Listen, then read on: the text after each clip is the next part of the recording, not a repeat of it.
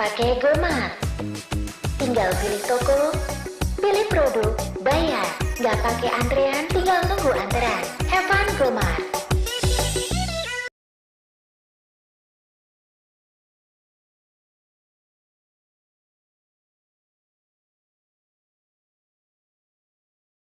Selamat sore Tribuners, Anda sedang menyaksikan live update Tribun News bersama saya Firdananda. Sore ini kan kami sajikan informasi terkini dan menarik untuk Anda yang akan dilaporkan secara langsung oleh reporter kami di lapangan. Dan inilah live update selengkapnya. DPR RI menyetujui pengangkatan Jenderal Andika Perkasa sebagai Panglima TNI menggantikan Marsikal Hadi Cahyanto. Persetujuan itu dilakukan dalam rapat paripurna DPR yang digelar pada Senin 8 November hari ini. Dalam rapat tersebut, Ketua Komisi 1 DPR RI, Mutia Hafid, menyampaikan laporan hasil uji kelayakan dan kepatutan atau fit and proper test calon Panglima TNI. Informasi lebih lengkapnya akan disampaikan oleh rekan jurnalis kami dari tribunnews.com. Ada Hairul Umam yang saat ini sudah tersambung bersama kami. Halo Umam. Halo rekan Firda.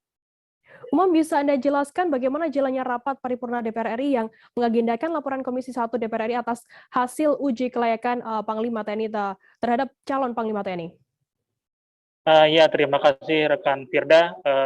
Bisa dilaporkan bahwa memang tadi pada hari ini DPR RI menggelar rapat paripurna dengan agenda tunggal, yaitu mendengarkan laporan Komisi 1 DPR RI terkait uji kelayakan dan kepatutan calon Panglima TNI Jenderal Andika Perkasa. Sebelumnya untuk diketahui bahwa pada Sabtu 6 November lalu Komisi 1 DPR RI menggelar fit and proper test calon Panglima TNI Jenderal Andika Perkasa. Kemudian pada Minggu 7 November kemarin, perwakilan fraksi dari Komisi 1 DPR RI mengunjungi kediaman Andika Perkasa di kawasan Senayan untuk memverifikasi faktual. Kembali ke rapat paripurna pada hari ini, tadi Ketua Komisi 1 DPR RI Mutia Hafid menyampaikan bahwa hasil uji kelayakan dan kepatutan calon Panglima TNI hasilnya itu hasil rapat internal Komisi 1 yaitu menyetujui pemberhentian dengan hormat Marsikal TNI Hadi Cahyanto sebagai Panglima TNI. Kemudian yang kedua, memberikan persetujuan terhadap pengangkatan calon Panglima TNI Jenderal TNI Andika Perkasa. Setelah menyampaikan laporannya, Ketua DPR RI yaitu Puan Maharani sebagai pimpinan rapat meminta persetujuan kepada seluruh anggota Dewan yang hadir dan seluruh anggota DPR kompak menyetujui bahwa Jenderal Andika Perkasa sebagai Panglima TNI yang baru. Begitu rekan Firda. Lantas apa yang disampaikan oleh Jenderal TNI Andika Perkasa seusai dirinya disetujui DPR menjadi Panglima TNI? Ya baik Firda, tadi ditemui usai rapat paripurna, Jenderal Andika Perkasa menyampaikan terima kasih kepada seluruh anggota DPR RI, terutama dari Komisi 1 DPR RI yang telah menyetujui pengangkatan dirinya sebagai Panglima TNI menggantikan Marsikal Hadi Cahyanto. Kemudian juga Jenderal Andika Perkasa mengucapkan terima kasih kepada awak media yang telah setia mengawal proses dari awal, yaitu fit and proper test, dan kemudian pada hari ini yaitu persetujuan dari seluruh anggota DPR. Selain itu juga tadi Jenderal TNI Andika Perkasa juga belum mengetahui kapan dirinya akan dilantik jadi Panglima TNI oleh Presiden Joko Widodo. Begitu rekan Firda. Umam, lantas bagaimana tindak lanjut dari hasil rapat paripurna pada hari ini? Ya baik Firda, dapat disampaikan bahwa sesuai aturan perundang-undangan, maka hasil rapat paripurna pada hari ini akan segera dilaporkan dan diberikan kepada Presiden untuk ditindaklanjuti dan kemudian juga diharapkan Presiden Jokowi nantinya bisa segera melantik Jenderal Andika Perkasa sebagai Panglima TNI menggantikan Marsikal Hadi Cahyanto. Begitu rekan Firda. Baik, terima kasih rekan jurnalis dari tribunnews.com Hairul Umam atas laporan Anda. Dan tadi Tribuners Hairul Umam juga sudah menghimpun keterangan dari Jenderal Andika Perkasa, calon Panglima TNI. Berikut liputannya untuk Anda. Mengucapkan terima kasih banyak kepada pimpinan DPR dan seluruh anggota DPR RI yang telah menyetujui surat Presiden tentang pengangkatan saya. Dan juga yang terpenting juga adalah terima kasih saya kepada seluruh rekan media yang telah mengikuti sejak awal proses. Itu aja. Berikutnya saya masih menunggu untuk resminya dari Presiden. Gitu Pak ya? Belum dikasih tahu sama sekali. Nama yang milih nanti Presiden.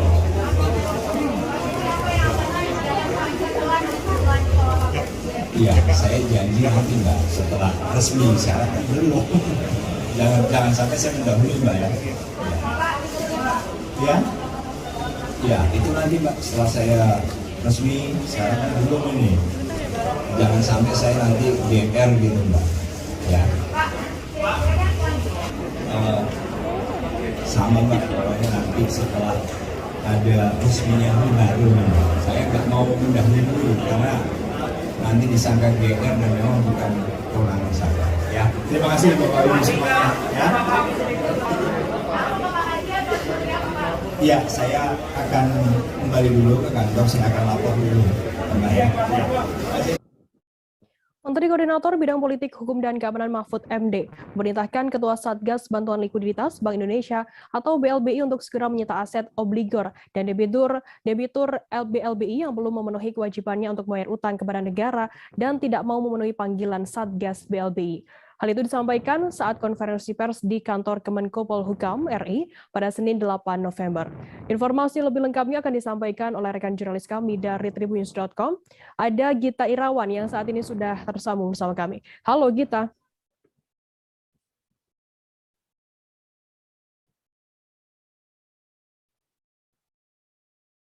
Halo rekan Gita.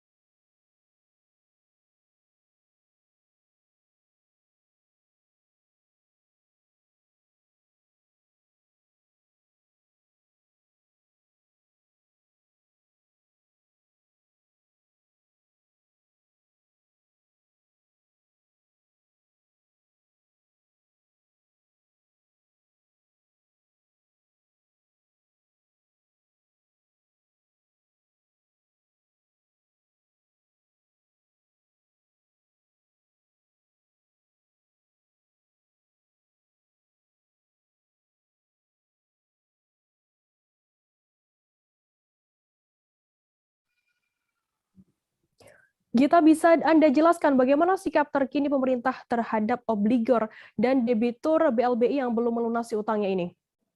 Ya, terima kasih Firda. Tadi bisa disampaikan kalau Menko Polhukam mengatakan bahwa pemerintah akan terus melakukan upaya pengejaran terhadap obligor atau debitur guna memenuhi kewajibannya kepada negara dengan melakukan penyitaan aset jaminan dan harta kekayaan lain baik berupa tanah, bangunan, ataupun saham perusahaan.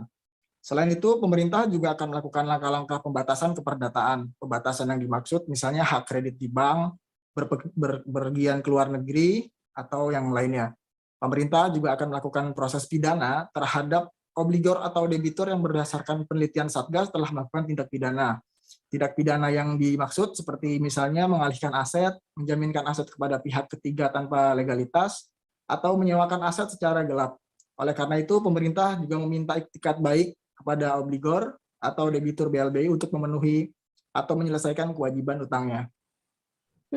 Kita lantas apa perintah dari Mahfud MD sendiri selaku Ketua Pengarah Satgas BLBI? Ya, pada intinya ada dua perintah yang disampaikan oleh Bapak Menko Polhukam tadi selaku Pengarah Satgas BLBI. Tadi diperintahkan kepada Ketua Satgas agar segera melakukan penyitaan aset milik obligor atau debitur yang belum memenuhi kewajibannya dan tidak mau memenuhi panggilan Satgas BLBI untuk menyatakan kapan dan bagaimana membayarnya. Kemudian yang kedua, Menko Polhukam juga memerintahkan Satgas untuk mengirim surat pemberitahuan kepada BUMN yang menjalin kerjasama dengan obligor dan debitur BLBI.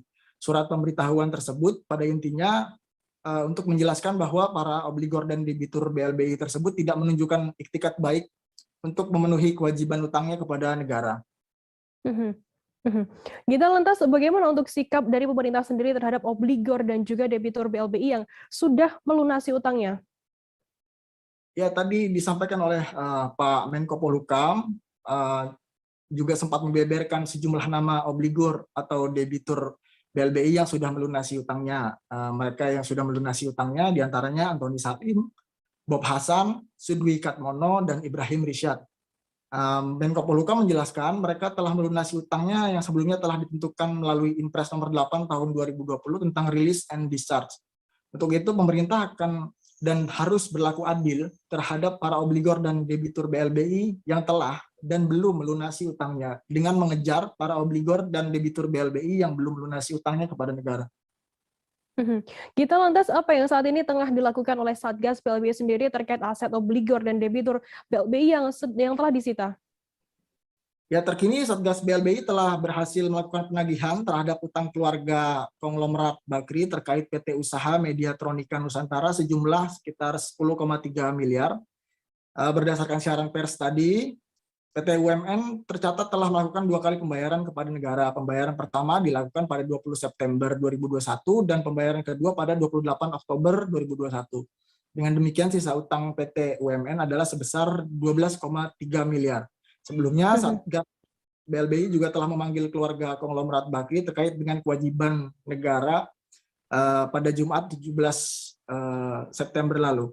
2 keluarga Bakri yang dipanggil, yakni Nirwan Bakri dan Indra Usman Syah Bakri yang merupakan adik dari pengusaha Abu Rizal Bakri. Upaya penagihan terhadap keduanya itu diketahui dari panggilan penagihan yang disampaikan oleh Satgas BLBI melalui Harian Kompas. Nah, di dalam pengumuman itu memang tersebut 2 nama dari keluarga Bakri tersebut. Selain itu, saat ini juga Satgas masih melakukan penilaian terhadap 124 hektar lahan milik PT Timor Putra Nasional di Karawang, Jawa Barat yang disita pada Jumat pekan lalu. Aset tersebut merupakan aset yang dulu dijaminkan oleh Hutomo Mandala Putra atau Tommy Soeharto kepada negara terkait dengan dana BLBI. Aset tersebut ditaksir senilai 600 miliar sampai 1,2 triliun. Penilaian terhadap aset tersebut diharapkan akan selesai pada pekan depan. Baik, Tribuners, jurnalis kami tadi Gita Irawan juga sudah menghimpun keterangan dari Menteri Koordinator Bidang Politik, Hukum, dan Keamanan Mahfud MD dan berikut liputannya untuk Anda. Kasatgas Pelaksana melakukan penyitaan aset obligor atau debitur yang belum memenuhi kewajibannya dan tidak mau memenuhi panggilan Satgas BLBI untuk menyatakan kapan dan bagaimana membayarnya. Jadi ini perintah agar segera disita aset-asetnya. Yang kedua, memerintahkan kepada Ketua Satgas untuk melakukan tindakan antara lain mengirim surat pemberitahuan kepada BUMN yang menjalin kerjasama dengan obligor atau debitur untuk menjelaskan bahwa yang bersangkutan tidak menunjukkan itikat baik untuk memenuhi kewajibannya kepada negara. Jadi saudara, kita akan bekerja, tidak akan lagi tawar-menawar yang tidak ada gunanya. Karena kenapa ini lambat, kemarin saya katakan kalau ganti pejabat datang lagi obligornya minta dihitung ulang bahwa itu salah, ini salah, kumpulkan dokumen lagi, belum selesai dihitung pejabatnya ganti, dia datang lagi minta nunggu lagi, nggak selesai. Kita sekarang harus tegas ambil ini. Kenapa ini harus dilakukan? Karena pemerintah harus adil ya. Pemerintah harus adil. Kita beralih ke informasi selanjutnya, Saudara. Wali Kota Bogor melakukan inspeksi mendadak ke proyek pembangunan lanjutan Masjid Agung Kota Bogor di Jalan Dewi Sartika, Kecamatan Bogor Tengah, Kota Bogor pada Sabtu 6 November. Nantinya keberadaan Masjid Agung Kota Bogor ini akan terintegrasi dengan alun-alun Kota Bogor yang saat ini juga masih dalam proses pembangunan. Untuk mengetahui informasi lebih lengkapnya, saat ini sudah tersambung bersama kami, wartawan dari Tribun Bogor, ada Lingga Arfian yang akan memberikan informasi lengkapnya untuk Anda, Tribuners. Halo, Lingga. Ya, Firda. Lingga, bisa Anda jelaskan apa yang menjadi sorotan Wali Kota Bogor ini dalam sidak ke proyek pembangunan Masjid Agung tersebut? Ya, Firda dan rekan-rekan Tribuners, seperti diketahui, proyek pembangunan Masjid Agung Kota Bogor ini menjadi atensi bersama bagi masyarakat Kota Bogor dan bagi para pejabat-pejabat yang ada di Kota Bogor. Sebelumnya, Ketua DPRD Kota Bogor, DPRD Jawa Barat dan Wakil Wali Kota juga melakukan inspeksi mendadak. Dan selanjutnya, Wali Kota Bogor Bima Arya Sugiarto pada beberapa hari kemarin melakukan inspeksi mendadak ke bangunan Masjid Agung Kota Bogor yang memang saat ini prosesnya terkendala karena mengalami depresiasi, artinya masih kurang dari target. Saat ini capaian target Masjid Agung Kota Bogor sendiri baru sekitar 37%, artinya masih di bawah 40%. Seharusnya target proyek pembangunan Masjid Agung ini berada di atas 40%. Seperti itu, Firda. Itu yang menjadi atensi bagi Wali Kota Bogor untuk mendorong terus pihak kontraktor dan pengawas dari PUPR untuk terus mengawasi proses pembangunan itu. Lingga, kabarnya ada keterlambatan proses pengerjaan. Bisa dijelaskan terkait hal ini secara singkat begitu? Ya, kita sebelumnya memang pembangunan proyek Masjid Agung ini mengalami keterlambatan di awal proyek pembangunan pada beberapa tahun lalu karena memang terkendala adanya Wali Kota Bogor menyebut adanya orang-orang yang tidak amanah ataupun kontraktor nakal yang menyebabkan pembangunan proyek ini sempat mangkrak beberapa lama. Setelah itu dilanjutkan kembali karena memang ketika itu proses pengerjaan bangunan Masjid Agung ini juga diperiksa oleh Kementerian PUPR terkait kondisi bangunannya yang memang apakah layak untuk dilanjutkan, apakah memang perlu ada penguatan sehingga mengalami keterlambatan. Namun setelah itu pembangunan kembali dilanjut dan pada tahap kelanjutan ini juga mengalami keterlambatan karena terkendala cuaca dan fabrikasi proses material yang dikirimkan dari pabrik ke lokasi pembangunan proyek. Seperti itu, Firda.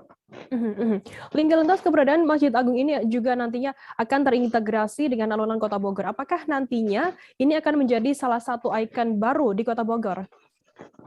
Ya, Firda, benar sekali.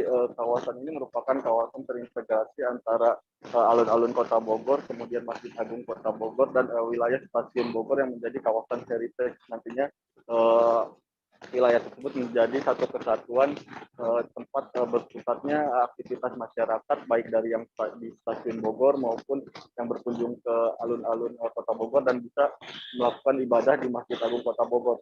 Ini ke depan bakal terus terintegrasi sampai nantinya proses pembangunan Masjid Agung ini selesai di tahun 2003. Sementara itu untuk pembangunan alun-alun ditargetkan selesai dari tahun ini pada Desember mendatang. Seperti itu, Firda. Lingga, apa saja fasilitas penunjang kawasan terintegrasi tersebut, alun-alun dan juga Masjid Agung Bogor ini? Ya, Firda, untuk di alun-alun Kota Bogor sendiri ada berbagai fasilitas yang disediakan oleh pemerintah Kota Bogor. Di antaranya adalah informasi untuk turis, sehingga turis yang datang dari wilayah luar Kota Bogor bisa mengakses informasi seputar destinasi yang ada di Kota Bogor melalui tempat tersebut. Selain itu juga di sana disediakan pedestrian, tempat berjalan kaki, kemudian jogging track yang dilengkapi dengan sarana olahraga ataupun untuk nge-gym.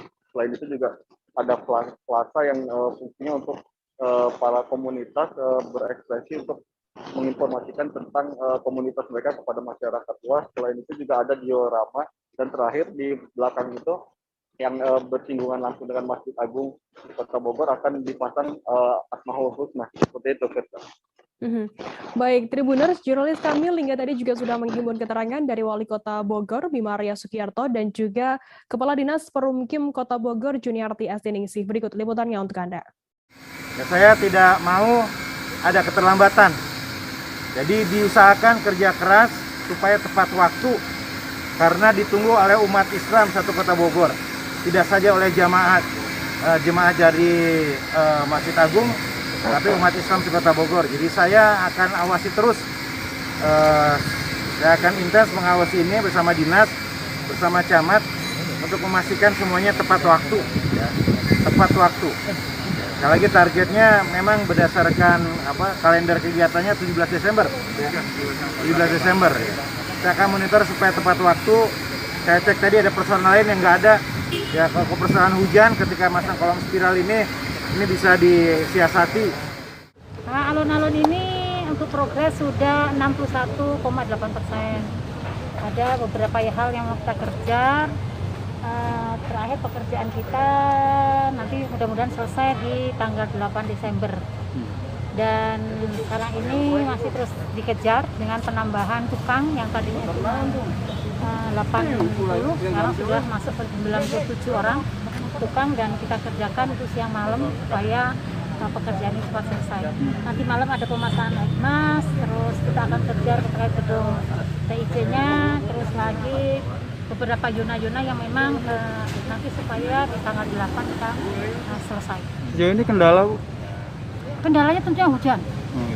Itu hujan sangat berpengaruh khususnya terhadap waktu pekerjaan para tukang. Tribuners, setelah saja kami akan kembali dengan informasi menarik lainnya. Tetaplah di Live Update. Oke, apa kabar Bang Aris di sini untuk strateginya? Kalau saya sendiri di Jumit 37 ini yang semalam baru mulai, Apa yang saya dirasakan udah Kopernita? Sebenarnya aku nggak ngerasain penangkapan atau penggerebekan atau apapun itu, karena gini loh, posisinya aku kriteria. Jadi kita mengenal disebut dengan stroke yang tidak berdarah dengan stroke yang berdarah. Stroke yang tidak berdarah itu biasanya ditandai dengan adanya penyumbatan. Kalau itu terjadi di sini mungkin pikirnya tidak ke situ kali ya, tapi kalau di Korea atau di Kamboja itu ada beberapa paper yang saya itu mas, ya, dulunya tukang koran. Oh gitu ya, Tukang koran. Ya, saya baca itu Pak. Tuh kan pernah baca kan? Ya. Jadi kalau saya jadi pangdam itu udah bersyukur banget. Si anak ini dijadikan sebagai tersangka begitu. Ya, kalau ini kita bicara yang di luar kasus Sebongombo ya. Dengan nama hujan shower, di mana terdapat batas jelas antara daerah hujan dan tidak hujan yang biasanya terjadi pada fase awal mature stage atau tahap berbahaya dewasa. itu Kang. Jadi mulai artinya terjadinya perlembekan. Nah itu untuk penetrasi akan sulit. Begitu ya. Dok, saya ini menurut saya memang tidak mudah, bukan urusan tanah diambil. Kalau misalnya Amerika Serikat sekarang, Rasulullah mengatakan dalam sebuah hadis bahwa berpuasa di 6 hari Syawal itu. Oke, apa kabar Bang Aris di sini untuk strateginya? Kalau saya sendiri di Jumit 37 ini yang semalam baru mulai, Apa yang saya dirasakan udah Kopernita?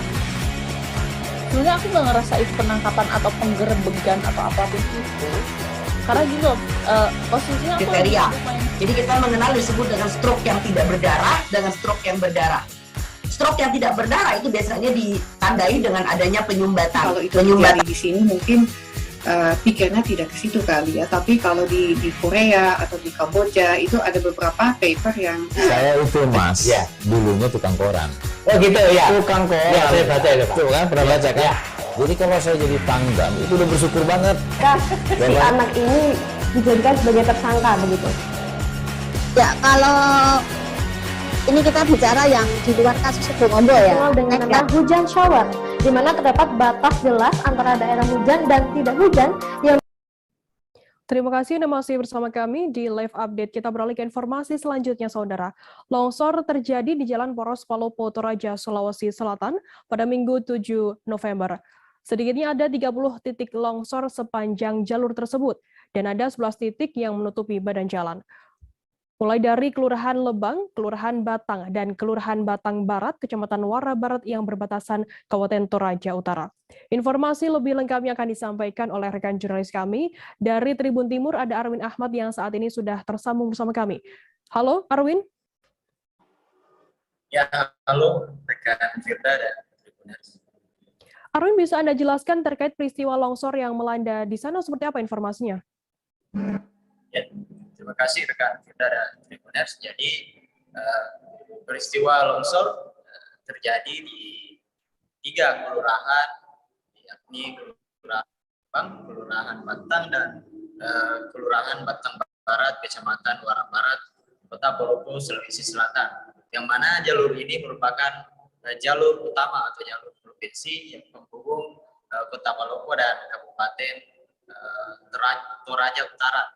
peristiwa ini terjadi pada Minggu 7 November 2021 malam tadi atau sekitar tengah malam, itu karena hujan deras yang mengguyur sejumlah titik di Kota Palopo pada malam tadi, dan dampaknya hingga Senin pagi hingga siang tadi ada sedikitnya 30 titik longsoran, mulai dari yang besar sampai yang kecil sepanjang jalan ini, dan ada sekitar 11 titik longsor yang menutupi badan jalan hingga membuat arus lalu lintas macet total.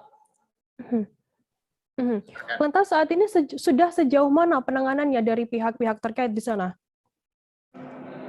Ya, dari pantauan kami tadi di lokasi siang tadi hanya ada satu alat berat yang diturunkan untuk mengevakuasi material longsor yang menghalangi jalan. Nah, ini dengan minimnya alat berat ini tentu akan memakan waktu yang cukup lama untuk evakuasi material longsor ini. Jika tidak ada alat berat tambahan, maka diprediksi evakuasi material ini akan berlangsung berhari-hari, dan hingga sore ini masih ada material menutupi jalan yang belum selesai dievakuasi karena terbatasnya gitu. Oke, lantas kemudian apakah saat ini masih kondisi arus lalu lintas apakah juga masih macet seperti itu karena adanya penutupan tertutup jalur di sana tertutup oleh longsor? Ya, hingga sore ini kondisi lalu lintas masih macet ya, utamanya bagi kendaraan roda 4 yang ingin melintas dari arah Kota Palopo maupun sebaliknya dari arah Kabupaten Toraja Utara. Namun untuk kendaraan roda 2 informasinya sudah bisa melintas, namun dengan hati-hati ya tentunya. Gitu, Baik, terima kasih rekan jurnalis dari Tribun Timur, Arwin Ahmad, atas laporan Anda. Selamat bertugas kembali. Kita beralih ke informasi selanjutnya, Saudara. Kepala Pelaksana Badan Penanggulangan Bencana Daerah Kabupaten Sanggau, Siron, menyampaikan update kondisi banjir yang melanda beberapa kecamatan di Kabupaten Sanggau, Kalimantan Barat pada Senin 8 November. Kecamatan yang dimaksud adalah Kecamatan Kapuas, Kecamatan Mukok, Kecamatan Jangkang, Meliau, Toba, dan Kecamatan Tayan Hilir. Untuk mengetahui informasi lebih detailnya, saat ini kami sudah tersambung dengan jurnalis dari Tribun Pontianak. Ada Henry Cornelius yang akan memberikan informasi lengkapnya untuk Anda Tribuners. Halo Henry. Halo, sore. Ya. Henry, bisa Anda jelaskan bagaimana update terkini ketinggian air dan dari kapan banjir ini sudah melanda di sana? Oke, Firda. Mengutip statement dari Kepala Pelaksana BPBD Kabupaten Sanggau, Siron, yang mengatakan bahwa sebanyak 6 kecamatan di Kabupaten Sanggau, Kalimantan Barat yang dilanda banjir. Kecamatan yang dimaksud adalah Kecamatan Kapuas, Kecamatan Mukok, Kecamatan Jangkang, Kecamatan Meliau, Kecamatan Toba, dan Kecamatan Tayan Hilir. Untuk ketinggian air itu berkisar 150 cm sampai 200 cm dari permukaan jalan. Untuk banjir itu sendiri terjadi sejak tanggal 23 Oktober 2021. Begitu, Firda. Henry, sudah ada berapa total KK yang terdampak dari banjir ini? Apakah juga warga ini sudah banyak yang mengungsi di sana? Ya, mengutip data dari BPBD Sanggau pada tanggal 7 November 2021, di Kecamatan Kapuas yang terdampak itu sebanyak 3.171 KK atau 11.359 jiwa. Kemudian di Kecamatan Mukok itu sebanyak 782 KK atau 3.028 jiwa. Kemudian di Kecamatan Jangkang sebanyak 452 KK atau 1.455 jiwa. Kemudian di Kecamatan Meliau sebanyak 1.182 KK atau 2.012 jiwa. Kemudian di Kecamatan Toba sebanyak 179 KK atau 559 jiwa. Dan di Kecamatan Tayan Hilir sebanyak 956 KK atau 3.824 jiwa. Untuk totalnya sebanyak 6.642 KK atau 22.273 jiwa. Akan tetapi untuk Kecamatan Jangkang banjir sudah surut dan tidak ada lagi rumah yang tergenang banjir. Untuk saat ini juga ada beberapa warga yang mengungsi dan data sementara yang diterima dari BPBD Kabupaten Sanggau yakni di Kecamatan Kapuas itu sebanyak 64 KK atau 207 jiwa dan di Kecamatan Muko itu sebanyak 4 KK atau 21 jiwa. Jadi total jumlah pengungsi sebanyak 68 KK. Untuk lokasi pengungsian juga ada disediakan Pemkab Sanggau. Satu di antaranya itu di Gor Bujang Malaka Sanggau dan ada juga beberapa posko pengungsian lainnya yang disediakan untuk tempat pengungsian. Kemudian juga akan didirikan dapur umum. Begitu, Firda. Hendri, lantas apakah saat ini ribuan kakak tersebut yang terdampak banjir ini sudah menerima bantuan dari pemerintah setempat? Ya, Firda. Terkait bantuan, sudah diserahkan oleh pemerintah Kabupaten Sanggau melalui instansi terkait kepada warga terdampak banjir di 6 kecamatan yang dilanda banjir di Kabupaten Sanggau. Kemudian juga tidak hanya dari pemerintah, selain itu ada juga pihak-pihak swasta ataupun perorangan yang menyerahkan bantuan kepada warga terdampak banjir. Ada yang secara langsung dan ada juga yang melalui posko yang didirikan berbagai pihak ataupun organisasi-organisasi di Kabupaten Sanggau. Kemudian ada juga pihak perusahaan yang menyerahkan bantuan melalui BPBD Sanggau. Kemudian juga informasi beberapa hari yang lalu, tepatnya pada 3 November 2021, Menteri Sosial RI Tri Risma Harini dan juga didampingi pejabat lainnya langsung memantau kondisi banjir di Kabupaten Sanggau dan juga menyerahkan bantuan kepada warga terdampak banjir di Kabupaten Sanggau. Sekian, Firda. Baik, terima kasih rekan jurnalis dari Tribun Pontianak Hendri Cornelius atas laporan Anda update mengenai banjir di sana. Dan tadi Tribuners Hendri juga sudah menghimpun keterangan dari Kasih Pencegahan Bencana Badan Penanggulangan Bencana Daerah BPBD Kabupaten Sanggau, Christian Hendro. Berikut liputannya untuk Anda. Kondisi banjir saat ini sudah berjalan 2 pekan. Pertama kali melanda Kabupaten Sanggau itu tanggal 23 Oktober 2021 sampai dengan hari ini. Kecamatan yang terdampak itu ada 6, Kecamatan Jangkang, Kecamatan Muko, Kecamatan Kapuas, Kecamatan Meliau, Kecamatan Tayan Hilir, dan Kecamatan Toba. Adapun jumlah yang terdampak ini kurang lebihnya sudah mencapai 22.327 jiwa, yang mana dalam hal ini kami pemerintah Kabupaten Sanggau melalui Badan Penanggulangan Bencana Daerah sudah melakukan koordinasi dengan TNI Polri dan seluruh OPD yang terkait penanggulangan bantuan bantuan banjir. Himbauan kami kepada siapapun untuk segera mengungsi agar bisa kami data berapa jumlah total pengungsi dan akan kita berikan bantuan untuk makanan selama mengungsi di tempat pengungsian. Untuk Kamtipnas sendiri, kami sudah berkoordinasi berdasarkan rapat dengan Bupati Sanggau dan seluruh Forkopimda. Untuk Kamtipnas, kami akan melakukan patroli di wilayah-wilayah atau di kelurahan yang warganya mengungsi di tempat-tempat pengungsian. Kita beralih ke informasi selanjutnya, Saudara. Polrestabes Medan, Palembang, maksud kami meringkus 1 tersangka yang melakukan tindak pidana dengan sengaja mendistribusikan dan mempromosikan situs judi online lewat Facebook. Tersangka merupakan seorang female disc jockey bernama Yuniar alias Sandra Arimbi, warga Kelurahan 34 Ulu, Kecamatan Su 1, Palembang. FDJ Sandra ditangkap saat sedang melakukan live Facebook pada Sabtu 6 November sekira pukul 10 malam.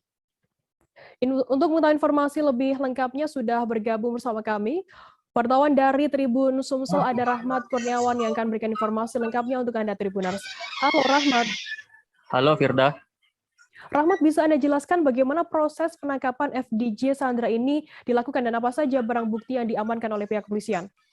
Ya, betul sekali Firda, terima kasih Tribuners. Jadi pada hari Sabtu lalu unit Ranmor Satreskrim Polrestabes Palembang baru saja mengamankan seorang female disc jockey bernama Sandra Arimbi di kediamannya di Jalan Kyai Haji Wahid Hasim di Kelurahan 34 Ulu, Kecamatan Seberang Ulu 1, Palembang. Untuk DJ ini sendiri diamankan saat sedang melakukan live Facebook, berawal dari polisi mendapat laporan bahwa DJ ini sedang melakukan promosi situs judi online melalui live Facebook, dan kemudian anggota langsung menuju ke kediaman tersangka, begitu Firda. Untuk barang bukti yang diamankan ada alat-alat musik disc jockey dan juga handphone yang digunakan oleh DJ ini sendiri saat melakukan live Facebook. Demikian Firda. Kemudian dari pengakuan tersangka sendiri, berapa orang yang saat itu menonton live Facebook-nya? Ya, betul sekali. Dalam satu hari DJ ini mendapat penonton sebanyak 500 hingga 1.000 orang. Dalam satu hari dia ini melakukan live Facebook dengan mempromosikan situs judi online selama 1 jam. Live Facebook sendiri dia lakukan setiap malam hari, terutama di malam hari selama 1 jam. Jadi memang ia sudah ada kerjasama dengan salah satu bandar judi online untuk mempromosikan situs judi online ini ketika dia sedang memainkan musik DJ di dalam live Facebook. Begitu Firda. Dari live Facebook situs tersebut, berapa total omset yang didapatkan, keuntungan yang didapatkan oleh DJ ini? Ya, betul sekali. Kalau dari pengakuan tersangka ini, ia mendapat bayaran selama 1 bulan itu berkisar antara 10 juta hingga 15 juta per bulan dari bandar judi online, hasil dari ia mempromosikan situs judi online tersebut, begitu Firda. Dan memang untuk saat ini ia belum mengetahui berapa orang yang sudah mendaftar ketika usai dia melakukan promosi live Facebook tersebut. Begitu Firda. Lantas FDJ Sandra ini sudah melakukan promosi di Facebook tersebut sejak kapan? Bisa Anda informasikan terkait hal ini? Ya, terima kasih Firda. Dari pengakuan DJ ini, ia sudah melakukan promosi situs judi online melalui Facebook itu sejak bulan Agustus tahun ini, di mana ada seseorang yang berkomunikasi ngechat si DJ ini melalui handphonenya, kemudian menawarkan untuk mempromosikan situs judi online yang ia miliki. DJ ini setuju dan merasa tergiur dengan tawaran si bandar judi ini, kemudian ia menyetujui kerjasama yang terjalin sudah kurang lebih 3 atau 4 bulan ini. Begitu Firda. Baik. Tribuners, jurnalis kami tadi juga sudah menghimpun keterangan dari Kasat Reskrim Polrestabes Palembang, Kompol Tri Wahyudi, terkait penangkapan FDJ Sandra. Berikut liputannya untuk Anda. Mengamankan tersangka, ini dia endorse judi secara online. Dia sambil live di Facebook, di IG mungkin ya, sambil di backgroundnya itu tetap dianya ada link judinya, jadi slot dan macam-macam, misalnya lihat ada togelnya juga di situ. Sehingga kita kenakan pasal 45 ayat 2 junto pasal 27 ayat 2 Undang-Undang 19 tahun 2016 terhadap perubahan Undang-Undang 11 2006 tentang ITE ya, informasi dan transaksi elektronik, dengan ancaman itu 6 tahun penjara. Dan memang setelah kita dalami, yang bersangkutan ini tersangka kita atas nama Yuniar alias Sandra, dia mendapatkan ibaratnya fee atau bayaran ya dari online tersebut sebesar 10 juta per bulan. Ya. Nanti teknisi akan mendalami lagi, dan dia sudah sering nih, sudah sekitar 3 bulan dia melakukan seperti itu, sebagai endorse seperti itu. Dan hal itu jelas melanggar, sehingga kita proses sesuai aturan yang berlaku. Kita beralih ke Kalimantan, Saudara. Wanita kelahiran Samarinda berinisial DM 24 tahun terpaksa harus meringkuk menjadi tahanan kepolisian setelah tindak pidananya terkuak. DM disangka melakukan tindak pidana penggelapan setelah merugikan sejumlah orang melalui strategi investasi dan arisan online yang belakangan diketahui fiktif belaka. Informasi lebih lengkapnya akan disampaikan oleh rekan jurnalis kami dari Tribun Kaltim, ada Muhammad Zain yang saat ini sudah tersambung bersama kami. Halo Zain. Halo Firda. Zin, bisa Anda jelaskan bagaimana modus operandi dari pelaku tersangka sendiri?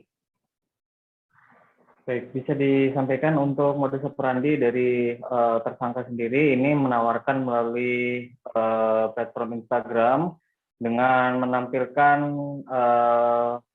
bukti ataupun screenshot, kemudian juga dengan penawaran-penawaran bahwa dengan berinvestasi melalui investasi si tersangka ini nantinya akan mendapatkan keuntungan kurang lebih dari 20 sampai dengan 70% dalam waktu 15 hari sampai 25 hari saja.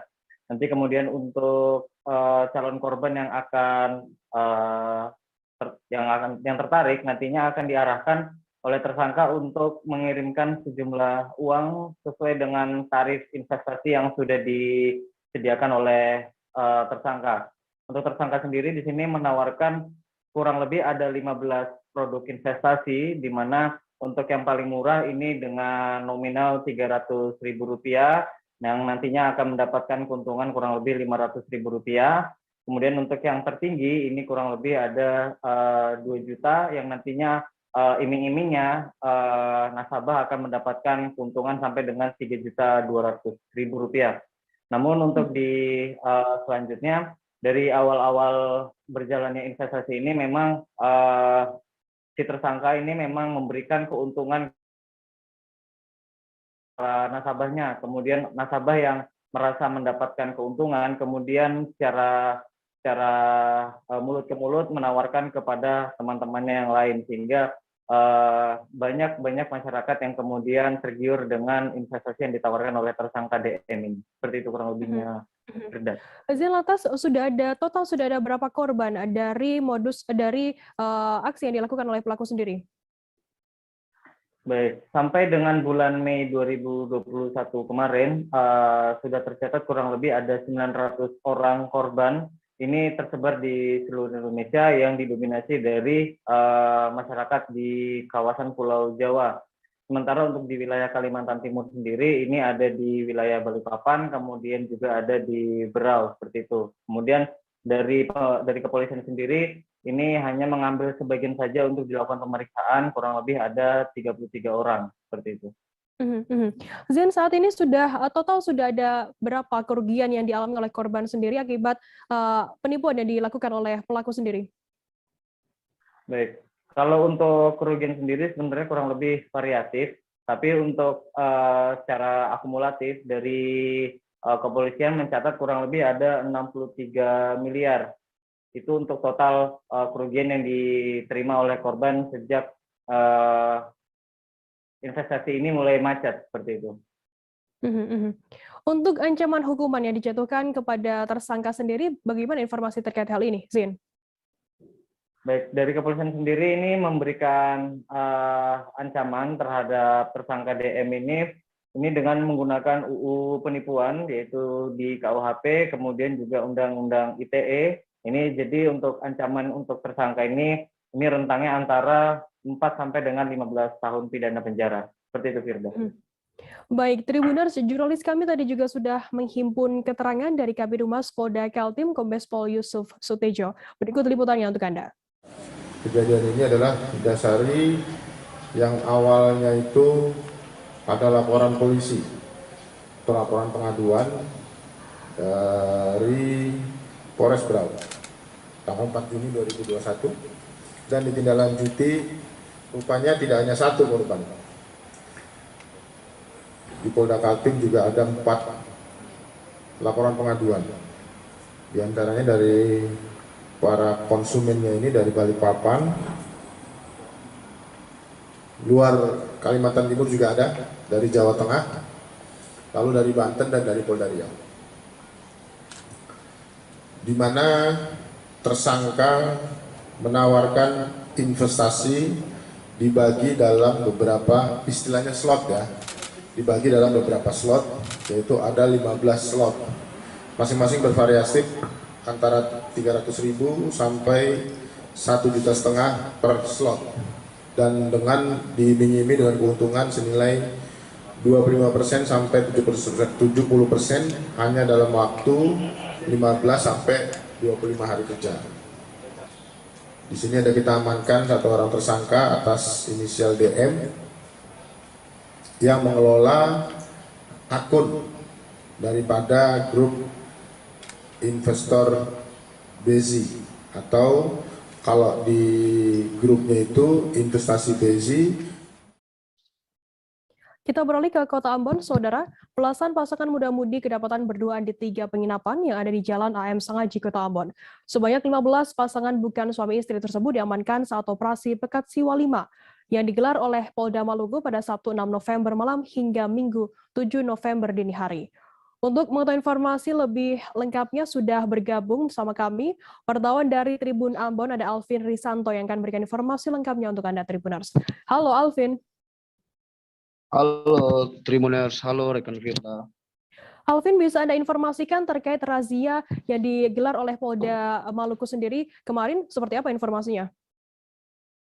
Ya, jadi razia ini merupakan salah satu razia operasi Pekat Siwa 5, di mana operasi penyakit masyarakat gitu di tahun 2021 ini, dan dari hasil razia malam minggu kemarin bahwa polisi mengamankan 15 orang di pemuda-pemudi di tiga penginapan di Kota Ambon, yakni penginapan Asri, penginapan Raja Wali, dan penginapan Garudain. Dan dari 15 orang itu mereka ditanya apakah mempunyai KTP, dan mereka mengatakan bahwa tidak memiliki KTP. Dari 15 itu 11 yang tidak memiliki KTP, dan 11 itu merupakan remaja, 5 diantaranya perempuan dan 6 diantaranya lelaki. Begitu rekan Fira. Lantas sudah ada berapa total barang bukti yang diamankan, dan apa saja barang bukti yang diamankan oleh pihak kepolisian sendiri saat razia tersebut, Alvin? Iya, untuk barang buktinya diamankan itu berupa salah satu obat antibiotik, dan juga beberapa bungkus obat alergi, dan juga beberapa bungkus dari apa ini sendiri, kondom sendiri, rekan Firda. Dan itu mereka mengungkapkan bahwa mereka memang menggunakan menggunakan obat-obat tersebut, begitu rekan Firda. Lantas bagaimana untuk tindakan dari pihak kepolisian sendiri setelah menjaring 15 pasangan bukan suami istri ini? Ya, untuk 15 orang ini langsung diarahkan ke Polda Maluku dan langsung diberikan pembenahan kepada mereka agar tidak lagi mengulangi hal seperti ini, karena mereka merupakan remaja dan masih kehidupannya masih panjang, dan mereka juga diberi pembenahan kepada mereka. Dan juga untuk rekan Firda, sedikit informasi, setelah melakukan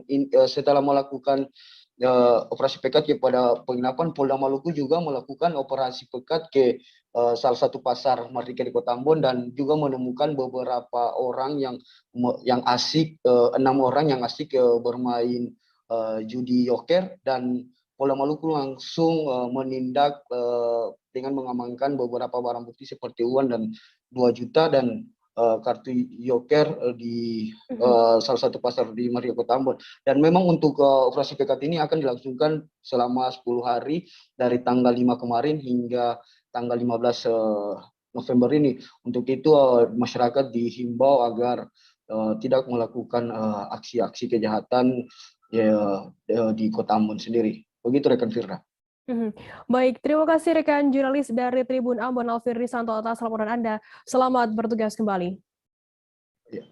Tribuners, selesai jeda kami akan kembali dengan informasi menarik lainnya. Tetaplah di Live Update. Oke, apa kabar Bang Ariski di sini untuk strateginya? Kalau saya sendiri di Jumip 37 ini yang semalam baru mulai, saya udah hitam. Sebenarnya aku nggak ngerasain penangkapan atau penggerebegan atau apapun itu, karena gitu posisinya aku kriteria. Jadi kita mengenal disebut dengan stroke yang tidak berdarah dengan stroke yang berdarah.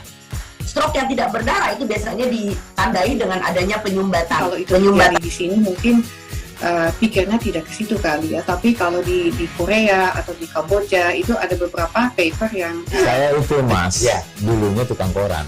Oh gitu ya. Tukang koran. Ya, saya baca itu Pak. Tuh kan, pernah baca kan?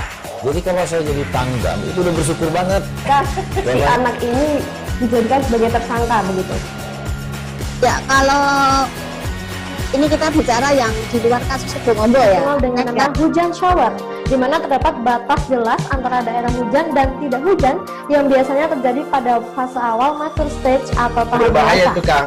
Jadi mulai artinya terjadinya perlembekan. Nah itu untuk penetrasi akan sulit. Gitu ya. Dok, saya ini menurut saya memang tidak mudah, bukan urusan tanah diambil. Kalau misalnya Amerika Serikat sekarang, Rasulullah mengatakan dalam sebuah hadis bahwa berpuasa di 6 hari Syawal itu. Oke, apa kabar Bang Ariski di sini untuk strateginya? Kalau saya sendiri di Jumip 37 ini yang semalam baru mulai, saya udah Sebenarnya aku nggak ngerasa itu penangkapan atau penggerebegan atau apapun itu. Karena gini loh, posisinya aku kriteria. Jadi kita mengenal disebut dengan stroke yang tidak berdarah dengan stroke yang berdarah. Stroke yang tidak berdarah itu biasanya ditandai dengan adanya penyumbatan. Kalau itu terjadi di sini mungkin pikirnya tidak ke situ kali ya. Tapi kalau di Korea atau di Kamboja itu ada beberapa paper yang Saya itu Mas, dulunya tukang koran. Oh gitu ya. Tukang koran. Ya, saya baca itu Pak. Tuh kan, pernah baca kan? Ya. Jadi kalau saya jadi Pangdam itu udah bersyukur banget. Si anak ini dijadikan sebagai tersangka begitu. Ya, kalau ini kita bicara yang di luar kasus Sebongombo ya. Dengan nama hujan shower, di mana terdapat batas jelas antara daerah hujan dan tidak hujan yang biasanya terjadi pada fase awal mature stage atau tahap Berbahaya dewasa. itu Kang. Jadi mulai artinya terjadinya perlembekan. Nah itu untuk penetrasi akan sulit. Gitu ya. Dok, saya ini menurut saya memang tidak mudah, bukan urusan tanah diambil. Kalau misalnya Amerika Serikat sekarang, Rasulullah mengatakan dalam sebuah hadis bahwa berpuasa di 6 hari Syawal itu. Terima kasih Anda masih bersama kami di live update. Kita beralih ke informasi selanjutnya, Saudara. Banjir masih mengenangi pemukiman warga Jalan Haji Briti, Kelurahan Kembangan Selatan, Kecamatan Kembangan, Jakarta Barat pada Senin 8 November siang. Sejumlah anak sedang bermain air banjir di sana dan sejumlah petugas PPSU sedang membersihkan saluran air. Informasi lebih lengkapnya saat ini mengenai kondisi terkini di lokasi banjir. Saat ini kami sudah bergabung dengan jurnalis dari Warta Kota Live, ada Miftahul Munir yang akan memberikan informasi lengkapnya untuk Anda Tribuners. Halo Munir. Halo rekan Firda. Munir, bisa Anda informasikan terkait penyebab banjir di permukiman warga ini seperti apa informasinya? Baik, keterangan dari warga bahwa banjir yang terjadi di sana karena luapan Kali Pesanggerahan Jakarta Barat pada hari Minggu kemarin sekira pukul 15.00 WIB air sudah mulai masuk ke pemukiman warga setinggi 80 cm. Seperti itu rekan kerja. Lantas pada kemarin pasca hujan deras berapa ketinggian air di sana? Untuk ketinggian air pasca hujan deras yang mengguyur Jakarta Barat pada hari Minggu kemarin itu tingginya mencapai 1,5 meter di pemukiman Jalan Haji Briti, Kembangan, Jakarta Barat. Kemudian mengungsi di sejumlah titik yang berada di kawasan pemukiman warga. Seperti itu rekan kerja. Kemudian apakah ada faktor lain yang menyebabkan banjir di sana?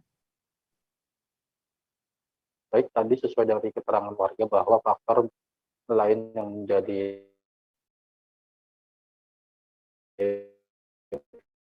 penyebab banjir di sana kurangnya perhatian dari pemerintah Provinsi DKI Jakarta terhadap gerahan Jakarta Barat, karena kali di sana itu tidak pernah dilakukan normalisasi sehingga air hingga ke pemukiman warga. Seperti itu rekan kerja. Baik, Tribuners, jurnalis kami tadi juga sudah menghimpun keterangan dari Sudarsono, warga sekitar yang terdampak banjir. Berikut liputannya untuk Anda.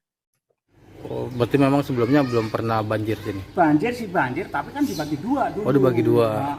Sekarang berarti setelah di sono di apa tuh namanya? Ditutup. Nah, air itu tumpahnya ke sini semua. Gitu. Dan setelah lama kali itu nggak di apa tuh namanya? Ya, kan kalau dulu kan waktu saya sih bukannya ini ya, sebelum Pak Anies itu kan keruk kali. Oh, zamannya Pak Ahok berarti Pak ya? Iya, di keruk, jadi kan dalam jadinya lumpurnya itu keangkat kan, jadi air itu bisa. Berarti zamannya Pak Ahok di sini banjirnya nggak terlalu parah Pak? Iya. Tapi tetap banjir? Tetap banjir, tapi nggak begitu parah kayak ini lebih parah banget. Ini dari kemarin Pak? Dari kemarin. Ini pas lagi hajatan lagi coba. Oh. Kasihan juga. Iya. Lagi hajatan, lagi rame-ramenya. Tamu. Ini ada tamu ya teman-teman lah. Ya hajatan tapi nggak begitu ini gitu, nggak begitu mewah, cuma sederhana aja. Akhirnya datang, kasihan juga. Tapi ini tingginya semana Pak kemarin Pak? Itu kerendam sih. Pak Kepaguman. Harapannya supaya kali itu normalisasi gitu Pak? Iya, normalisasi. Kalau bisa ya untuk Pak Anies itu supaya sini itu di pagar ya, diracak ya. Kalau ini ya. Kasih tanggul gitu Pak? Ya ditanggul lah istilahnya, biar kali itu bisa lancar, nggak tumpah ke sini, harapannya begitu. Kita beralih ke informasi selanjutnya, Saudara. 3 orang menjadi korban pengeroyokan oleh sekelompok pemuda ketika melintasi jalur lintas selatan Desa Selok Anyar, Kecamatan Pasirian, Lumajang, Jawa Timur pada Minggu 7 November. Saat kerusuhan terjadi, salah satu warga merekam kejadian tersebut hingga videonya viral di media sosial. Informasi lebih lengkapnya saat ini sudah tersambung bersama kami, jurnalis dari surya.co.id, ada Tony Hermawan yang akan memberikan informasi lengkapnya untuk Anda Tribuners.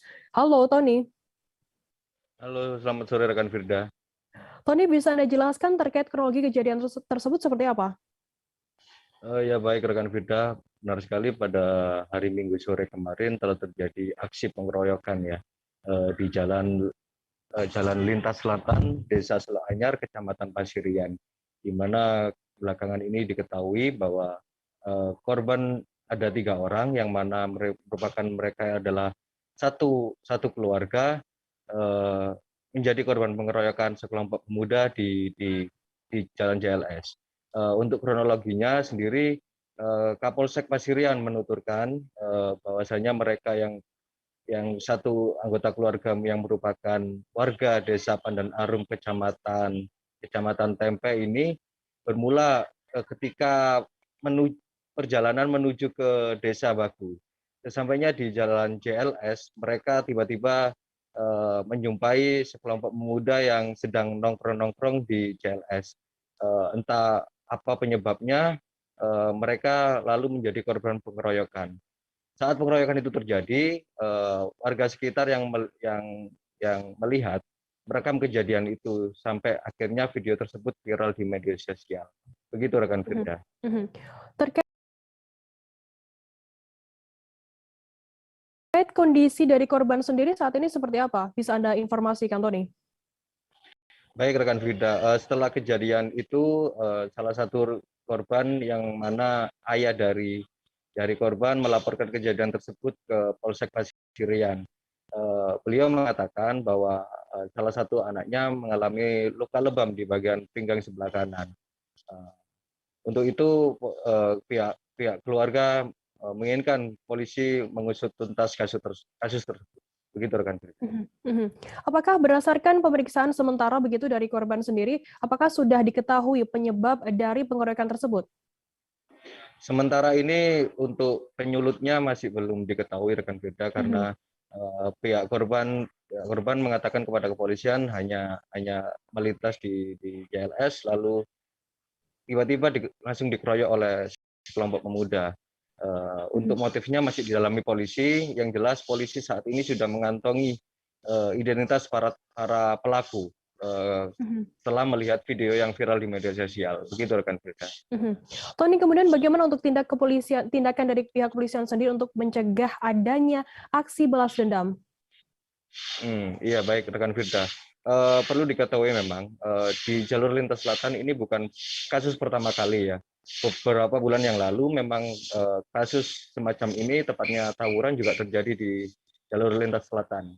Biasanya mereka, anak-anak muda ini nongkrong di sana, mengadakan aksi balap liar, lalu berujung tawuran. Untuk itu polisi saat ini, khususnya Polsek Pasirian, bekerjasama dengan jajaran Polsek setempat maupun Danramil Kecamatan Pasirian akan melakukan patroli secara intens di titik-titik yang rawan terjadinya aksi tawuran maupun balap liar. Begitu rekan. Baik, terima kasih rekan jurnalis dari surya.id, Tony Hermano atas laporan Anda, dan tadi Tribuners, Tony juga sudah menghimpun keterangan dari Kapolsek Pasirian, Ibtu Agus Sugiarto terkait hal ini. Berikut liputannya untuk Anda. Ya, terima kasih. Jadi sekira pukul 16.20 kemarin ada informasi perkelahian pemuda di jembatan CLT Desa ikut Desa Sawak Anyar, Kecamatan Masika. Kalau pemicunya sendiri apa nih? Sementara kita sudah melakukan penyelidikan terkait dengan kejadian tersebut. Sudah ada 2 orang yang kita identifikasi sebagai korban, yaitu inisial K, Desa Pandan Arum, Kecamatan Tempeh. Nah, kemudian terkait dengan sebagai pelaku sudah kita kantongi, dan sementara ada 2 orang. Dari hasil penyelidikan sementara apa dan yang mempengaruhi tawuran itu? Hasil pemeriksaan dari saksi korban ini sementara belum kita ketahui karena dari para terduga ini belum kita minta keterangan. Korban ada berapa dan yang dibahas? Korban 1 orang. 1 orang ya. Dan biar tidak ada aksi balas dendam. Sementara dari kami ya, bersama-sama dengan Danramil, ya, anggota Koramil Pasirian, gabung dengan Polsek Tempeh dan Kunir, antisipasinya kita lakukan patroli secara rutin, ya, secara rutin di lokasi tempat perkelahian. Kita beralih ke informasi selanjutnya, Saudara. Kecelakaan maut melibatkan 1 unit mobil dan motor Honda CR-V terjadi di Jembatan Miangas, Dedengan, luar Kota Manado pada Sabtu 6 November. Terlihat Honda CR-V bagian depan rusak parah, begitu juga dengan mobil jenis Avanza bagian depan juga tampak ringsek. Informasi lebih lengkapnya akan disampaikan oleh rekan jurnalis kami dari Tribun Manado. Ada Fistel Mukuan yang saat ini sudah tersambung bersama kami. Halo Fistel. Halo, malam Firda. Ya, Fistel, bisa Anda jelaskan bagaimana pantauan Anda saat di lokasi kejadian kecelakaan ini? Ya, terima kasih. Dari hasil pantauan kami di lokasi kejadian, ada kendaraan jenis Avanza berada di tengah jalan, dan salah satu motor Honda CR-V yang sudah tergeletak di depan mobil. Dan setelah kami mewawancarai salah satu warga, ternyata yang kami wawancara itu adalah sopir mobil, dan kami konfirmasi ke sopir mobil, pengendara sepeda motor sudah dilarikan ke rumah sakit, dan kejadian itu di pagi hari. Jadi karena masih pagi, belum terlalu banyak kendaraan yang lewat sehingga tidak terjadi kemacetan. Kurang lebih 15-20 menit dari 1 unit mobil dari Lantas Polresta Manado langsung datang ke TKP dan langsung mengevakuasi kendaraan mobil Honda CR-V dan salah satu mobil yang terjadi kontra. Ini mobil kontra motor. Demikian rekan Firda. Fisel, mungkin bisa diinformasikan terkait bagaimana kronologi kecelakaan tersebut terjadi? Ya, kronologi menurut pengakuan dari pengendara mobil, dia bertabrakan dengan sepeda motor ini dari arah berlawanan. Namun menurut dia berada di lokasinya. Maksud kami berada di jalurnya di sebelah kiri. Namun pengendara sepeda motor ini mungkin karena terlalu cepat sehingga keluar di jalurnya, kemudian bertabrakan dengan mobil, sehingga pengendara mobil ini langsung berhenti. Begitu, Firda, menurut pengakuan pengendara mobil. Lantas bagaimana kondisi pengendara sepeda motor saat ini? Bisa ada informasi terkait hal ini, Fistel? Kondisi pengendara motor saat ini masih dirawat di rumah sakit, namun saat diangkat oleh warga dan dilarikan ke rumah sakit, menurut sopir tidak terlihat bercak darah baik korban saat dilarikan ke rumah sakit dan masih dalam keadaan sadar pengendara, dan saat ini masih dirawat di rumah sakit MMC Kota Manado. Demikian, Firda. Bagaimana kemudian tindak lanjut dari pihak kepolisian sendiri terkait adanya kecelakaan yang melibatkan mobil dan juga motor ini, Fistel? Kasat Lantas Polresta Kota Manado, Bapak Benyamin Undap, saat ketika kami konfirmasi, dia masih menyelidiki kasus ini, tapi memang menurut Kasat dari pihak korban tidak memperberatkan dan tidak melaporkan untuk kejadian ini, dan pastinya tinggal juga menunggu konfirmasi dari pengendara sepeda motor. Jadi saat ini Satlantas Polresta Kota Manado masih sementara melakukan penyelidikan terkait kasus ini. Demikian, Firda. Baik, Tribuners, jurnalis kami tadi juga sudah menghimpun keterangan dari seorang pengendara mobil bernama Denny Lengkong. Berikut liputannya untuk Anda.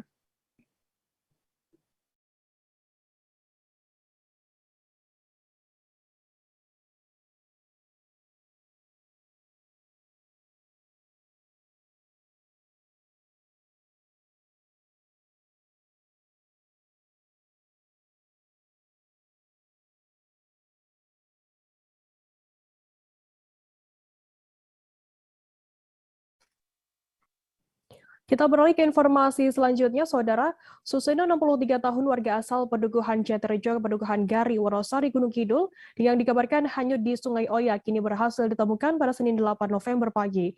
Kepala Basarnas Yogyakarta, Wahyu Effendi, dalam keterangannya menyampaikan, jasad korban ditemukan di dekat jembatan Bundar Pelayan.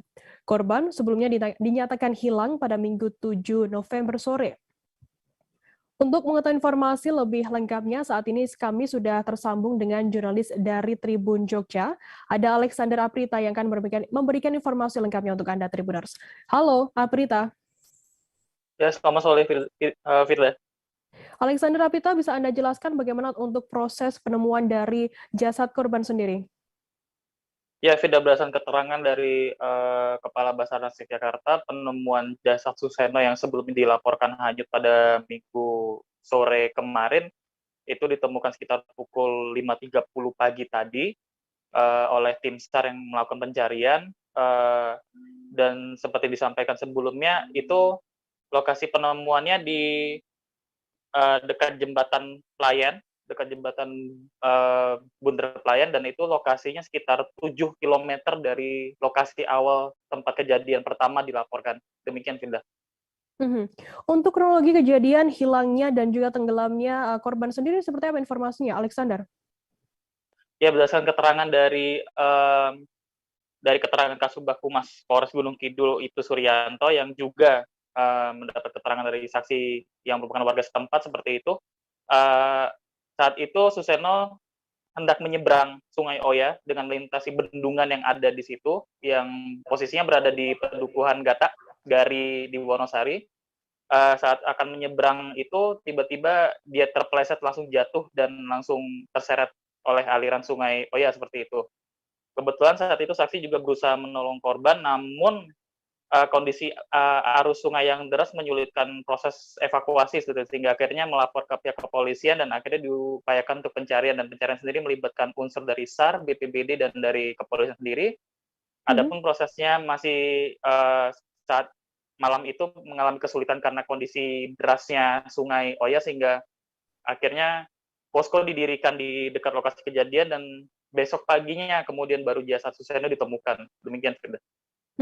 Alexander, setelah adanya kejadian hilangnya korban ini, ditenggelamnya korban ini, apakah ada imbauan dari BPBD Yogyakarta sendiri terkait hal ini?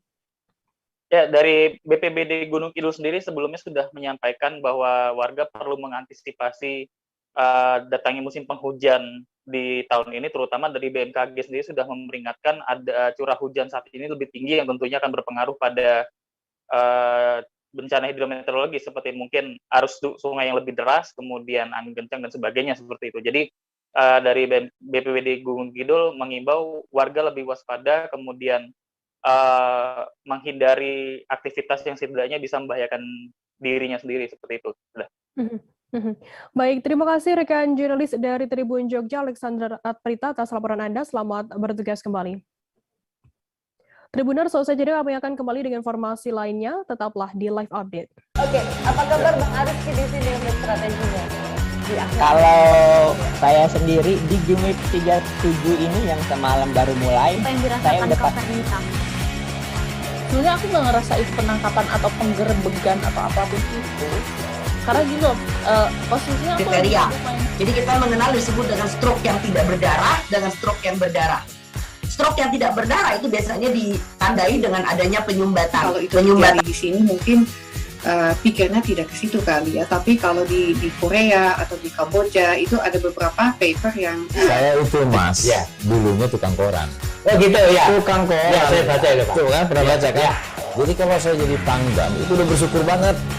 Si anak ini dijadikan sebagai tersangka begitu.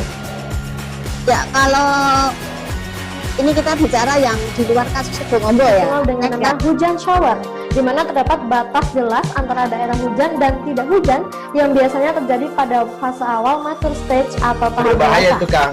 Jadi mulai artinya terjadinya perlembekan. Nah itu untuk penetrasi akan sulit. Gitu ya. Dok, saya ini menurut saya memang tidak mudah, bukan urusan tanah diambil. Kalau misalnya Amerika Serikat sekarang, Rasulullah mengatakan dalam sebuah hadis bahwa berpuasa di 6 hari Syawal itu. Oke, apa kabar Bang Ariski di sini untuk strateginya? Kalau saya sendiri di Gimik 37 ini yang semalam baru mulai, saya udah sebenarnya aku nggak ngerasa itu penangkapan atau penggerebegan atau apapun itu. Karena gini loh, posisinya aku kriteria. Jadi kita mengenal disebut dengan stroke yang tidak berdarah dengan stroke yang berdarah. Stroke yang tidak berdarah itu biasanya ditandai dengan adanya penyumbatan. Kalau itu terjadi di sini mungkin pikirnya tidak ke situ kali ya. Tapi kalau di Korea atau di Kamboja itu ada beberapa paper yang saya itu mas, ya dulunya tukang koran. Oh gitu ya. Tukang koran. Ya, saya baca itu Pak. Tuh kan pernah baca kan? Ya.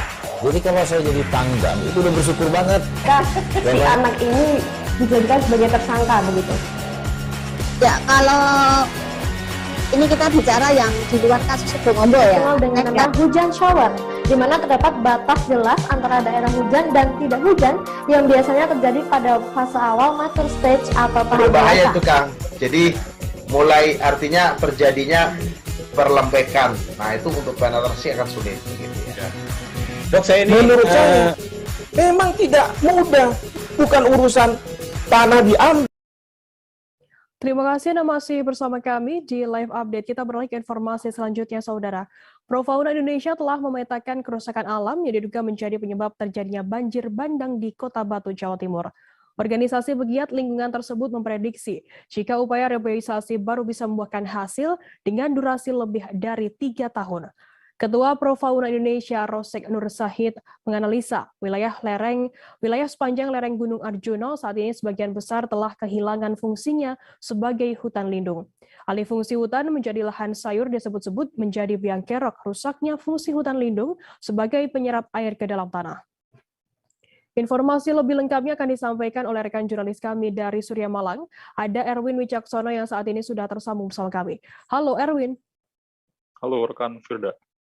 Erwin, bisa Anda informasikan terkait bagaimana saat ini kondisi hutan di kawasan lereng Gunung Arjuna? Ya, baik.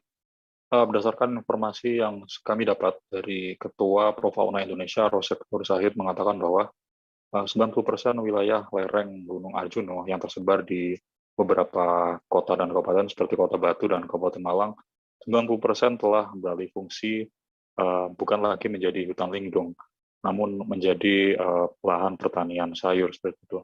Hal tersebut turut dikritisi oleh Profauna sebagai penyebab juga dugaan atas terjadinya banjir di Kota Batu.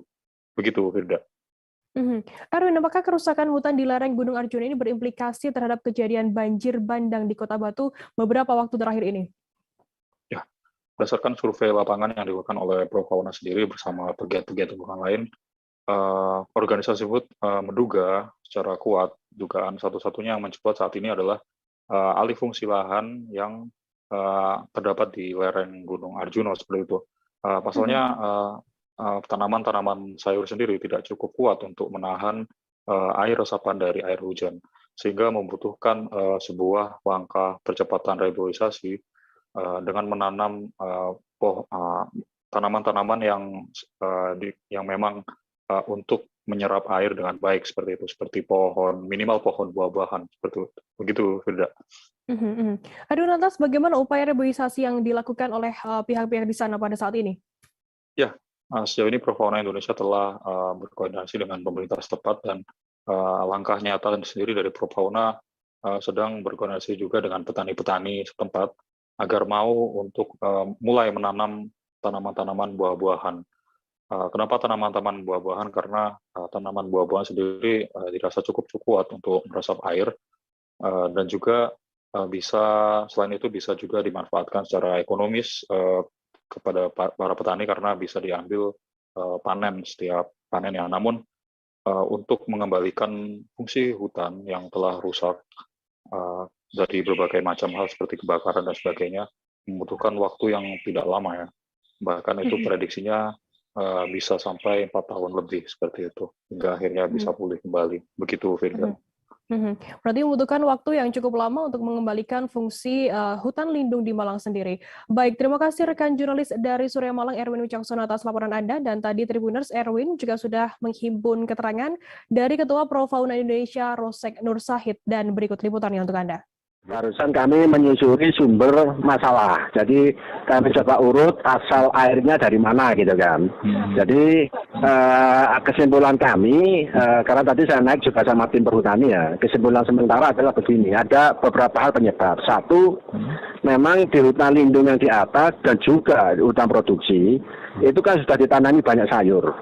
Ya, terutama di hutan lindung. Hutan lindung yang seharusnya menjadi tegaan hutan, tegaan pohon yang menyerap air, mencegah longsor, itu sudah menjadi sayur. Akibatnya apa?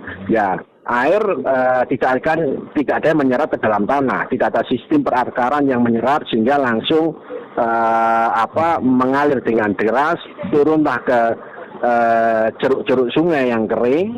Ya, kemudian yang kedua, di beberapa tempat tuh ada pohon-pohon yang tumbang, yang dulu kebakaran, dan itu menyumbat.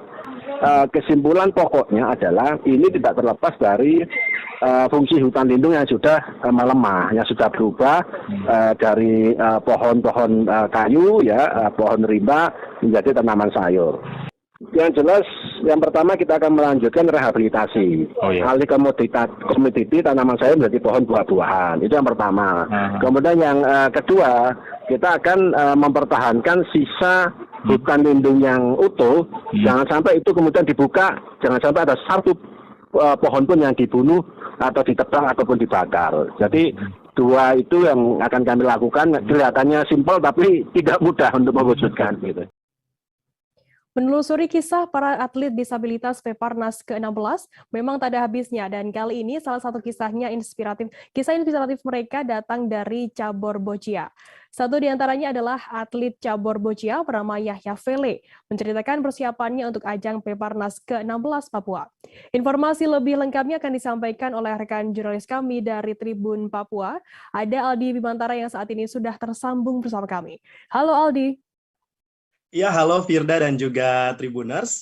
Menjelang memasuki pekan pertama, Pekan Paralimpiade atau Pekan Paralimpik Nasional Peparnas ke-16 di Provinsi Papua. Ini memang tidak hanya sekadar pertandingan ataupun perolehan medali yang menjadi sorotan, juga namun ini yang menjadi salah satu yang menjadi sorotan menarik ialah kisah-kisah atau sosok-sosok atlet yang bertanding dalam beberapa cabang olahraga di ajang Peparnas ke-16 di Provinsi Papua, seperti salah satunya ini sosok atlet Papua cabang olahraga boccia yakni Yahya Vele yang ingin sekali mempersembahkan medali emas untuk Papua begitu, dan dirinya termotivasi ya berlatih sudah semenjak 2 tahun yang lalu untuk menyumbangkan medali emas bagi Provinsi Papua di ajang Pekan Paralimpik Nasional ke-16 di Provinsi Papua kali ini. Firda. Aldi, mungkin bisa Anda gambarkan begitu bagaimana cerita awal mula Yahya Fele sendiri mengenal cabur boccia? Baik Firda dan juga Tribuners, mungkin saya bisa sedikit bercerita ya. Memang awal mula Yahya Fele ini mengenal cabang olahraga boccia karena mulanya nih ajakan dari adik kelasnya di SMP Negeri 7 Yoka Pantai Jayapura bernama Naomi Awaito yang kemudian mengajaknya latihan boccia di Hotel Metastar Waena Jayapura. Nah, dari ajakan pertama ini ia tolak ya, kemudian setelah terus diajak begitu secara terus-menerus, Yahya Fele ini pun menuruti dan akhirnya singkat cerita setelah ia melihat para atlet bermain ya, berlatih, ia pun tertarik untuk mencoba mengikuti pertandingan cabang olahraga boccia ini. Begitu, Firda. Aldi, mungkin bisa Anda ceritakan sedikit mengenai sosok Yahya Fele ini memaknai cabur boccia di dalam hidupnya seperti apa informasinya? Ya, baik Firda dan juga Tribuners, memang sebelum mengenal cabang olahraga boccia ini ya, Yahya Fele ini nampak beraktivitas hanya seputar rumahnya saja ya, berdasarkan hasil wawancara saya bersama dirinya begitu. Dirinya mengaku memang setelah ia diajak untuk berlatih boccia, maka hidupnya ini berubah, jadi lebih produktif karena sering latihan dan membuat orang tuanya ini memberikan dukungan baginya untuk bisa fokus dalam pertandingan boccia di event Peparnas ke-16 yang kali ini diselenggarakan di Provinsi Papua. Jadi memang dapat dikatakan Firda dan juga Tribuners, Yahya Fele ini memang memaknai boccia ini sebagai pengubah hidupnya begitu dari yang sebelumnya hanya di rumah saja begitu, karena memang diketahui dirinya merupakan penyandang tunadaksa begitu ya, yang tidak bisa beraktivitas secara penuh seperti kita pada umumnya begitu. Firda. Aldi, apakah ada harapan mungkin atau mungkin respon pertama kali dari Yahya Fele sendiri ketika dipercaya menjadi atlet boccia mewakili Papua di ajang Peparnas ke-16 ini? Iya Firda, memang suatu kehormatan juga ya bagi saya bisa berkesempatan nih untuk mewawancarai salah satu atlet potensial Papua begitu ya di ajang Pekan Paralimpik Nasional ini. Dan memang dalam kesempatan wawancara bersama saya memang dirinya mengaku sangat optimis ya dapat meraih medali emas dan ingin dipersembahkannya ini untuk orang tua yang tak bosan merawatnya tentunya. Walaupun ini ia penyandang disabilitas tunadaksa seperti yang sudah saya informasikan sebelumnya, memang Firda dan juga Tribuners baginya Peparnas ke-16 kali ini adalah satu cahaya baru bagi kehidupannya ya. Dia menceritakan seperti itu dan ia berharap begitu agar dapat bermanfaat bagi tanah Papua, tempat di mana ia lahir dan dibesarkan melalui event Peparnas ke-16 di Provinsi Papua. Saya juga mengajak kepada Tribuners semua ya untuk kita mendukung ya atlet-atlet kita yang tentunya bertanding dalam ajang Pekan Paralimpik Nasional ke-16 di Provinsi Papua. Sekian sementara dari Jayapura, Papua, kembali ke Firda di studio. Baik, terima kasih rekan jurnalis dari Tribun Papua Aldi Mantara atas laporan Anda. Sehat selalu, selamat bertugas kembali. Kita beralih ke informasi selanjutnya, Saudara. Pada babak pertama laga Liga 3 Jatim, Madura FC mengungguli Persebaya Bangkalan dengan skor 2-1 di Stadion Ahmad Yani Sumeneb. Pertandingan dimulai pukul 13:15 pada Senin, 8 November hari ini. Dalam pertandingan kali ini, tim berjuluk Laskar Jokotele sebagai tuan rumah mengawalinya dengan baik, lantaran menit ke-10 mencetak gol di gawang Perseba Bangkalan. Informasi lebih lengkapnya akan disampaikan oleh rekan jurnalis kami dari Tribun Madura. Ada Ali Hafidz yang saat ini sudah tersambung sama kami. Halo Ali.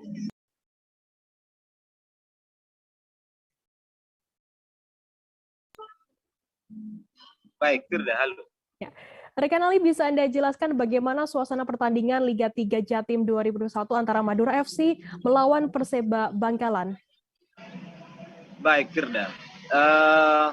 Pada pertandingan Liga 3 Jawa Timur tahun 2021, yakni mempertemukan antara Madura FC dan Perseba Bangkalan di Stadion Ahmad Yani Kabupaten Sumeneb, Madura. Tadi berlangsung pada pukul 1.15 waktu Indonesia Barat. Pada babak pertama, Madura FC untuk sementara unggul dengan skor 2-1 di babak pertama, Firda. Lantas bagaimana untuk komentar dari para pelatih sendiri ya? Sebelum kita berkesempatan untuk memetai komentar dari kedua pelatih ini, di babak kedua tim Madura FC melawan Perseba Bangkalan ini menang telat ya. Perseba Bangkalan dengan skor 1 dan juga Madura FC dengan skor 6. ini di skor kedua sangat bagus permainan Madura FC, terus memberikan serangan terhadap Perseba Bangkalan dengan gol dengan 4 gol dengan jumlah skor ini 6. Dan juga setelah bermain tadi kita berkesempatan untuk mewawancarai yang pertama dari asisten pelatih Perseba Bangkalan, yakni Mas Tommy. Beliau mengakui kekalahan terhadap Madura FC. Padahal sebelumnya Mas Tommy sudah mempersiapkan anak buahnya mempersiapkan untuk melawan Madura FC. Cuman mengakui dengan kecepatan dan teknik yang digencarkan oleh Madura FC ini, pemain Perseba Bangkalan mentalnya sempat kewalahan dengan teknik yang diberikan oleh Madura FC. Untuk pelatih Firda, untuk pelatih yang Madura FC, Bapak Salahuddin ini juga mengaku bangga dengan kecepatan dan teknik baru yang sudah disiapkan di pertandingan perdana Madura FC ini. Cuman pihaknya mengaku tidak kepada para pemain jangan terlalu bangga dulu karena masih pertandingan dengan level tinggi masih akan berlangsung. Pihaknya terus akan melakukan evaluasi kepada para pemain Madura FC untuk terus melakukan kemenangan di level tinggi ke depannya, Firda. Baik, Tribuners, jurnalis kami tadi juga sudah menghimpun keterangan dari asisten pelatih Perseba Bangkalan, Tommy, dan juga pelatih Madura FC, Salahuddin. Berikut liputannya untuk Anda. Pertama-tama, pertandingan ini kita kalah dengan skor yang cukup berat, yang mana sebelumnya kita baru persiapkan taktikal untuk menghadapi pertandingan Madura FC yang mana babak pertama sebetulnya kita udah sedikit memberi perlawanan, cuma menit awal kita yang berlawan itu sedikit banyak mengganggu mental pertandingan anak, sehingga kerasa lebih berat aja menghadapi Madura FC. Dan di seluruh bola ini saya yakin cuma bisa kita dulu. Dan memang akhirnya terjadi seperti itu. Cuma dari hasil satu ini memang banyak beberapa baik ini kita tidak bagian dari bola yang itu bisa berbeda. Pertama, gimana kita bermain nanti di depannya bisa kita menangkan, kita bermain dengan tinggi. Apapun terus bermenang. Kita jangan menurun itu. Yang kita antisipasi nanti, karena mampu nanti lolos ke depannya. Kita akan menjadi bagus. Itu bagus akan bermain dengan pertama sampai yang kita setinggi. Nah, jadi kita melatih dari sekarang kita bisa bermain dengan bagaimana dua kita main di tinggi. Apapun hasilnya, kalau kita pernah melawan kita mainnya boleh turun ke berubah, tetap pressure tinggi. Ini yang evaluasi untuk pertandingan ini. Tribuners, informasi tadi sekaligus menutup perjumpaan kita dalam live update hari ini. Jangan lupa saksikan terus live update di seluruh kanal YouTube dan Facebook Tribun Network. Masih di tengah pandemi, Tribuners, kami terus mengingatkan Anda untuk selalu menerapkan protokol kesehatan dimanapun Anda berada. Saya Firdana, wakil kurang bertugas, pamit undur diri. Terima kasih dan sampai jumpa. Jangan lupa